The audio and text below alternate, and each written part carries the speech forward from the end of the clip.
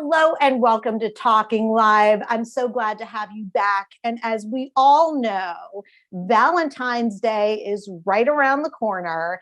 And even though we have different words for it, Galentine's Day, and all these other labels that have been put on it, we do know that many people feel very lonely if they are not part of a couple. That's why I'm so excited to have my friend, Dr. Cortney Warren, back again on Talking Live. She's been a guest on our show, and she has a new book that has come out. It's so fabulous for anyone who feels stuck in a relationship or getting over a relationship. It's called Letting Go of Your Ex. She's going to tell us all about it. Cortney, welcome back. Oh, Dr. Robi, thank you so much for having me. I'm just delighted to be here with you. So, in full disclosure, I was lucky enough to read your book before it actually came out and write a blurb supporting your book, because you really go into how the brain is addicted to another person and how that can happen. And you give special cognitive techniques that people can use to liberate themselves. Yes. I think in our mainstream culture, we think about a lot of things as addictive. So generally we think of substances like alcohol and tobacco and drugs, but we've entered into a phase where we think about chocolate and eating and gambling, which now is actually a diagnosable mental illness, gambling disorder. But we rarely talk about love as an addictive experience, as an addictive process. And really a large amount of neurobiological research that's coming out right now is actually showing that love, romantic love, is highly addictive, that it stimulates areas of your brain that are very survival based, that are very evolutionarily based. And probably we're designed to be that way, because when you think of us as an animal species, the goal of our bodies really is to find a mate and have sex and procreate and ensure the survival of that little child and the mother long enough that they are going to make it in the world. And so as we get into some of this neurobiological data and we talk to people who are in love, you really can start to think about romantic love as addictive, that when you fall in love, for any of you who ever have, you become extremely fixated on this person. They are the center of your world. You crave them. You're thinking about them. You want to be around them as much as possible because it feels amazing, much like using cocaine would or engaging in any other behavioral addictive tendency that you might have. And so if you think about this as an addictive process, one of the hardest parts is that if you then break up, it can really throw you into this cycle of misery where you're still craving this person that isn't there, where you want answers, where you're trying to make contact with them, look for information about them on social media, ask what they're doing. And even if you really want to move on and you really are saying, this is over, why am I doing this? You can feel like you're addicted to them, because it's so hard to unlearn and unattach from those brain mechanisms that are still going off, the dopamine highs. It's pretty rough. It's pretty rough. No, I totally agree. And I think they did brain scans looking at cocaine addicts and love addicts, and found that it was, that the addiction was in the same part of the brain, which makes a lot of sense. And I certainly see it on the other end with my patients when there's a breakup and, they look at the social media accounts, or they have a very hard time letting go. And there is a process one needs to go through. But what's so interesting to me, when you talk about the primary aspect of love is to procreate, who we're drawn to in that lustful way may not always be the best person for us. And it's always about using your brain and your heart at the same time. Would you want to tell us a little bit more about that? I'm sure you see it all the time.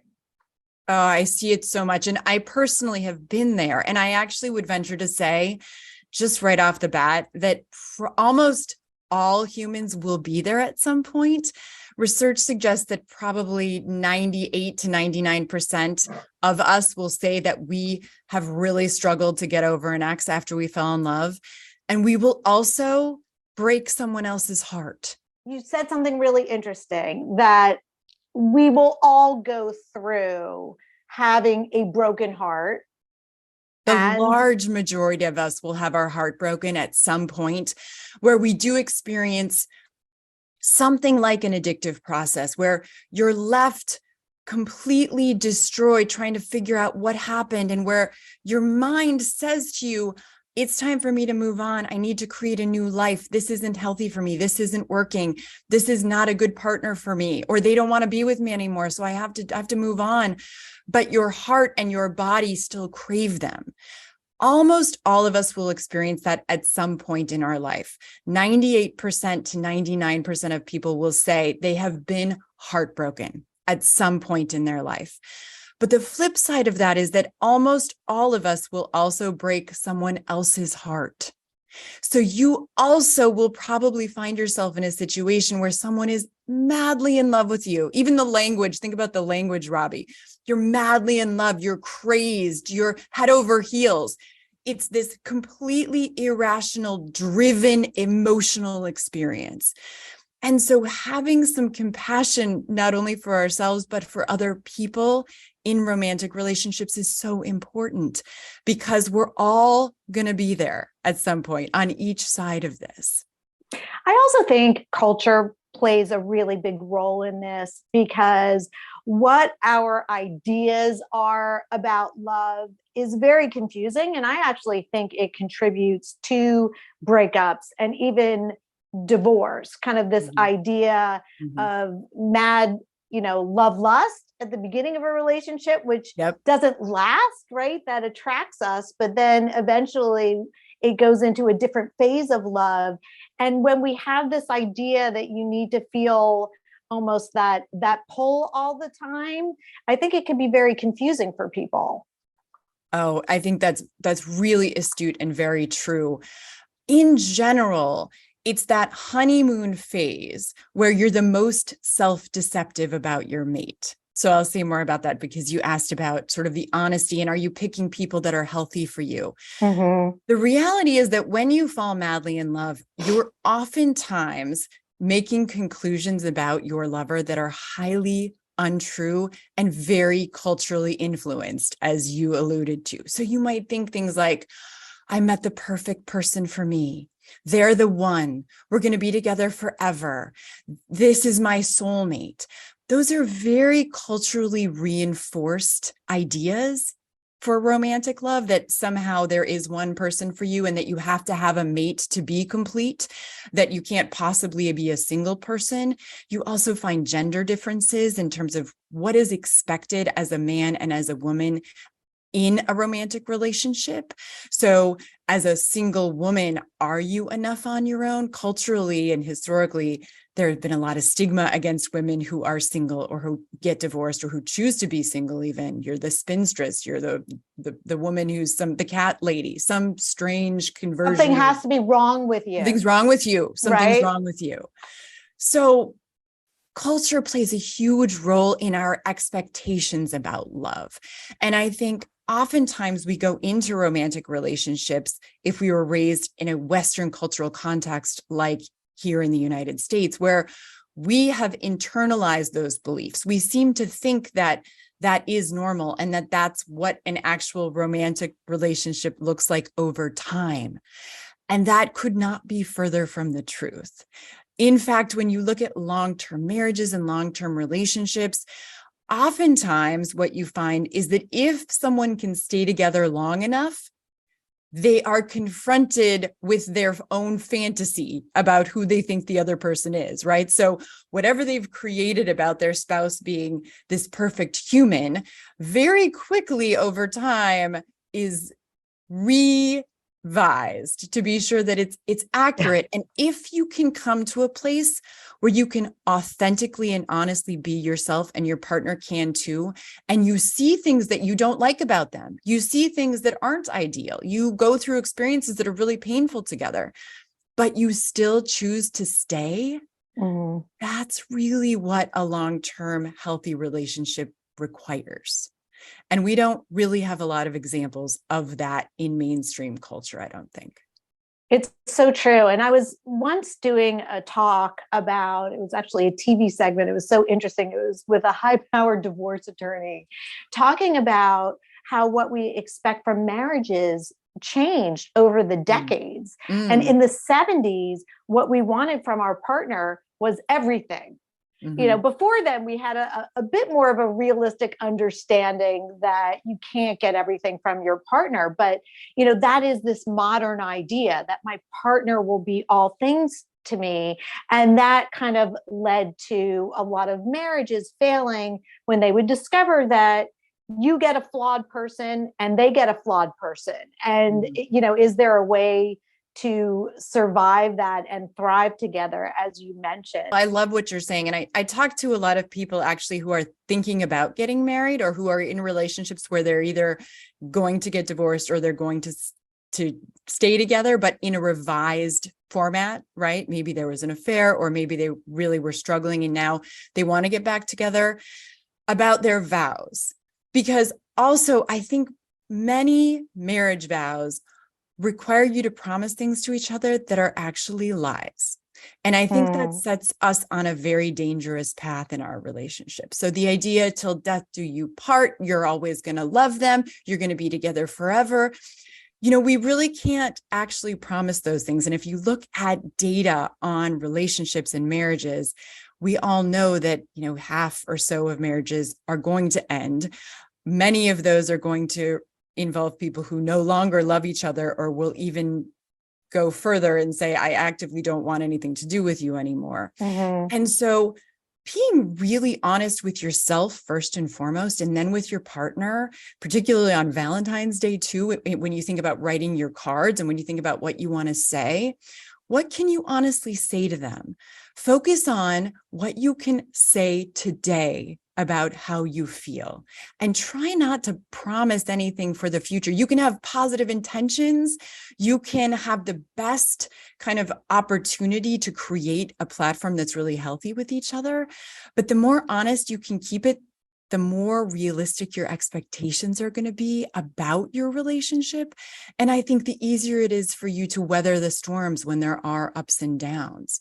So if you say, you know, today I really love you, today I want to build a life with you, and I'm going to work to make that happen, that's really honest, and that's really loving and wonderful. If you go into it saying, you're the only one for me, I'm never going to look at another person the way I see you, I have no future without you, well, gosh. That could be a stalker. My personal feeling, Cortney, is lie to me. I'd rather, you know, just tell me that. We'll deal with the rest later. But you're so right. It's a very wise way to go. And so many people are writing their own vows now to keep it more individualistic. But as we talk about Valentine's Day, there are so many people that are heartbroken or longing for the right relationship and haven't had one in a while. What do you recommend for those people who are either having challenges getting over an ex, and sometimes it can take years, or are longing for that person in their life? Well, to begin with, I want any of them and all of them to know that they're not alone in this. Valentine's Day is particularly triggering for all people, to be honest. Almost all couples, whether you're in a great relationship or not, there's a lot of cultural pressure to buy the right gift and say the right thing and make it this magical kind of fantasy-based moment. And if you're single, or you're heartbroken, or you're going through a breakup, actually, I should note that a lot of breakups happen around Valentine's Day also. What's that about? It can be really, really tricky. They also happen a lot around holidays. I think that theoretically, one of the reasons that happens is that you think about your family, your friends celebrating this time together, being with your mate. And if it's not a pleasant picture, having them there with you, you oftentimes want to end it before the holiday comes so that you don't end up trying to celebrate something that doesn't really feel like a celebration you want to have with them. That can be really just very difficult, right? And so, first of all, self-care, always self-care. What can you do to help yourself feel good and get rid of anything that's making you feel worse? So if you're going through a really bad breakup on Valentine's Day, I would actually plan something that is really self-loving around the times when you know you're going to feel the worst. So make dates with your friends, buy yourself something nice, treat yourself to something that you really love, anything to really take care of your own needs. I also think that practicing some really core cognitive behavioral skills, there are a lot of these in the book, is very helpful. So starting to become aware of your thinking patterns around your breakup and around your ex and around Valentine's Day. What are the things that are running through your head that are probably not true and not helpful, but make you feel worse in the moment? So things like, no one's ever going to want me. My ex doesn't want me anymore. Now I don't have a date. So nobody ever is going to want to ask me out. I am stupid. I'm bad. Any negative self-talk that's clearly too extreme has got to go, because it's going to make you feel worse and it's really not true. And so learning how to restructure your thoughts where you can still acknowledge that you're having them, but in a way that is much more honest and sort of realistic. So something like, I don't have a date for Valentine's Day. I'm thinking a lot about my ex and it's making me feel really sad. I know that I'm thinking that I'm never going to meet someone else, but I actually don't know the future. And if I take this as an opportunity to learn about myself and grow and evolve, I actually may meet someone who's even better than my ex. I may be in a relationship in the future that's actually much healthier for me. And so I'm going to continue to deliberately think that.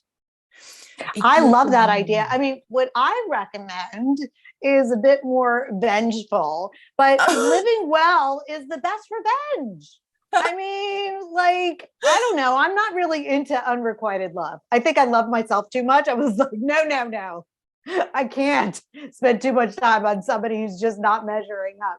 But I like the idea of like, are you really going to let somebody who is not a part of your life anymore interfere with it? Like, your job is to live your best life. And if everyone sees it, so be it. So be it. You know what I love the most about what you just said is that I would love to just download self-esteem and all of these basic truths that I believe are true of humans, of all of us, into everyone who's struggling with self-doubt after a breakup, because it's so common to doubt your identity, to feel ashamed perhaps of some of the things you did, ways you compromised your own values, ways that you really think you've lost yourself after the end of a relationship. And the goal, from my perspective, is that someday down the line, you will look back on this relationship and this breakup with great gratitude, because it was actually a gift that taught you something important about yourself. And that oftentimes we think of love and hate as opposing forces, right? So in your vengeful scenario, you go from loving someone to absolutely despising them or hating them or wanting to get back, right?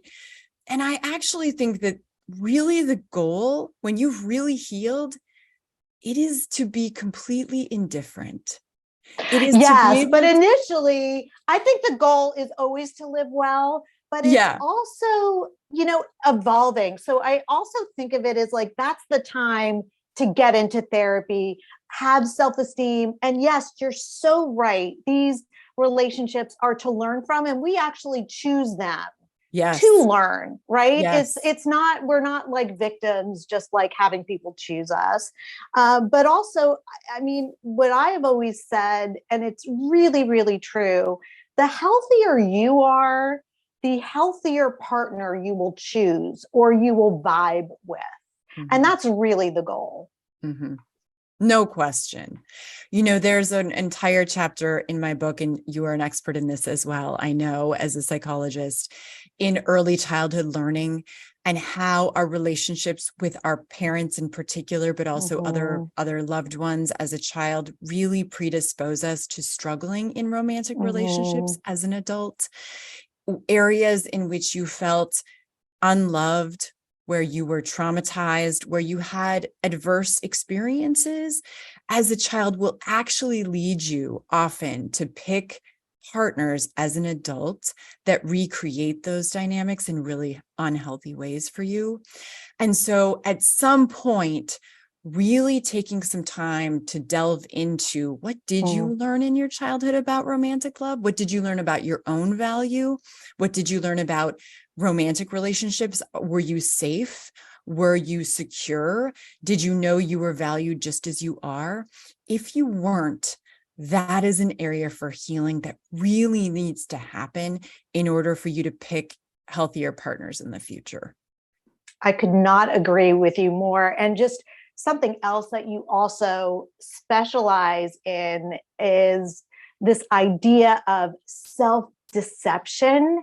And I find that topic so interesting. I will see some high-profile personalities claiming to talk about one thing, but really their agenda is something else. And maybe I could see it a little bit better because I'm a therapist and I'm used to understanding different drives and needs, but it kind of drives me crazy. How does self-deception impact our relationship with others? We all lie to ourselves, every single one of us. And I would actually argue that one of our primary journeys in life is to become as honest with yourself as possible. Because the more you can acknowledge the truth about who you are, what's motivating your behaviors, how you exist in the world, the more freedom you have to make choices that are congruent with who you actually really want to be and the life that you really want to live. So I'll give you a more practical example in relationships. Probably all of us have been here where we're sitting with a friend and they are going through a breakup and they are bawling their eyes out and they are saying all of these things that as the listener, you're thinking, it's all lies. You can't see it. They'll say things like, I'm never going to get over him. He was the best person ever. She was my one and only. Nobody's ever going to want me. I'm worthless. You're looking at them going, you are this wonderful, beautiful specimen of a human being. And everything that's coming out of your mouth right now is a lie and you can't see it. And I'm here watching it and it's so painful to listen to. Self-deception is so difficult to confront because it is so hard for us to see in ourselves.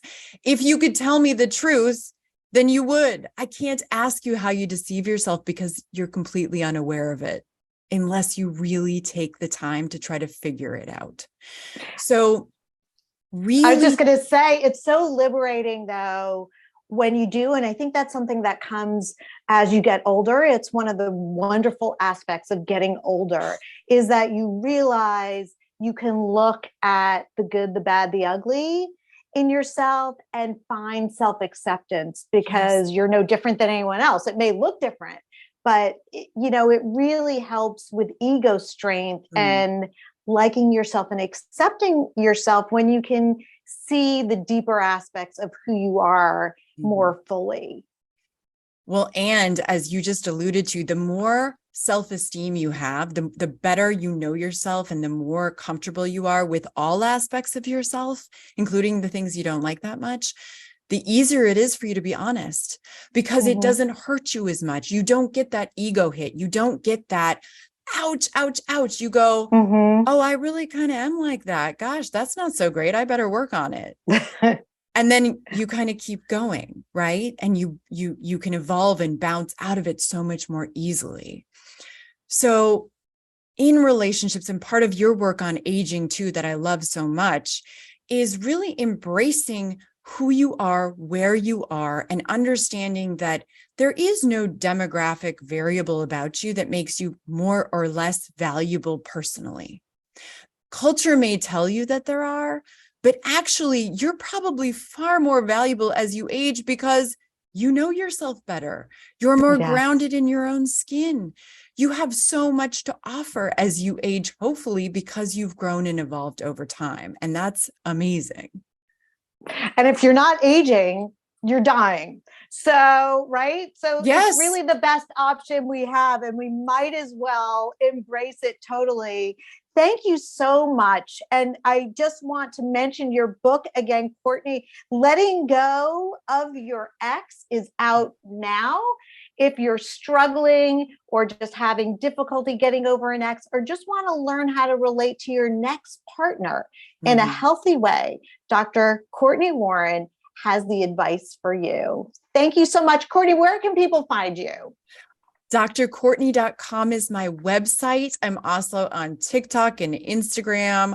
I'm trying to post as many sort of self-help oriented videos and blogs as I can, really because my goal is to help any of you out there who are struggling to help yourself. And you certainly do. You give such wise advice. Thank you so much. And thank you to our Talking Live audience. I hope you have an amazing Valentine's Day, whether you're in a relationship, single, or just enjoying yourself in this new space. And we'll see you next week.